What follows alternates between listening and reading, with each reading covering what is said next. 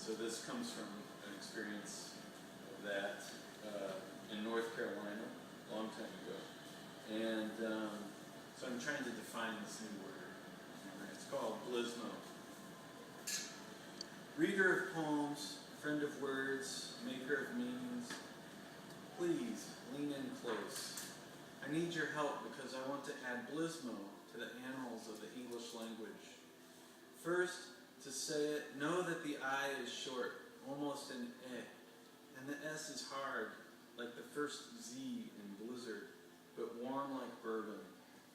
Yes, that's longing in the long O, since longing is our nature, and our history is nothing if not a record of this longing.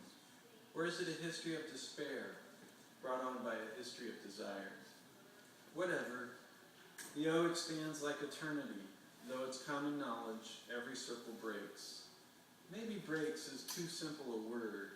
At the time of writing this poem, in early 2008, the word is only a noun, a name for the sunlight that shines through a band of clouds, slanting over trees, hills, billboards, interstates, industrial parks, rivers, neighborhoods.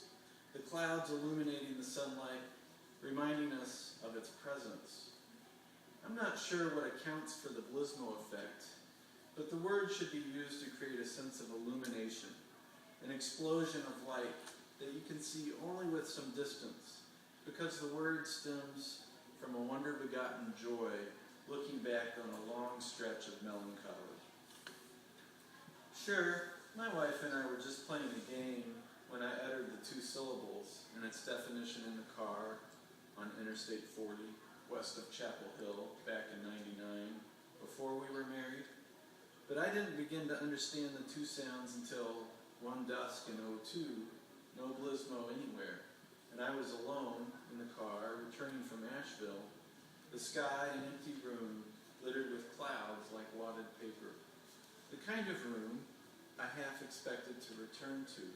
The room itself the message, and loneliness in my bloodstream like too much sugar. I understood the word a little more when I opened the door and saw Jackie asleep on the couch, book on the floor. Later, in the parking lot of yet another weekly errand, I got it when she said, "Oh look, blismo," her beautiful index finger, like memory itself, pointing against the windshield. This, when I was imagining the word in a short story. Blismo like a knife in the earth, he thought as he left his love's apartment. This morning I said, today I have blismo in my heart. In my heart there are too many words, thankfully. My memory a bowl of alphabet soup. That's why I need you, reader. I don't know. This poem, our shared moment, depends on your embracing this word. You're saying blismo. Yeah, there it is, in fact, on the front page of my online newspaper, even if you're only half convinced. But then, we would have a word for both terror and beauty, for scabby wound and scar hardly there, for the cold dash of despair and the candlelight above the ashtray, for cinder blocks and kite strings, a word for at least two kinds of silence, a word that is both nonsense and a kiss. All right. I'm going to read one more poem here, and it's called One Microscopic Minute.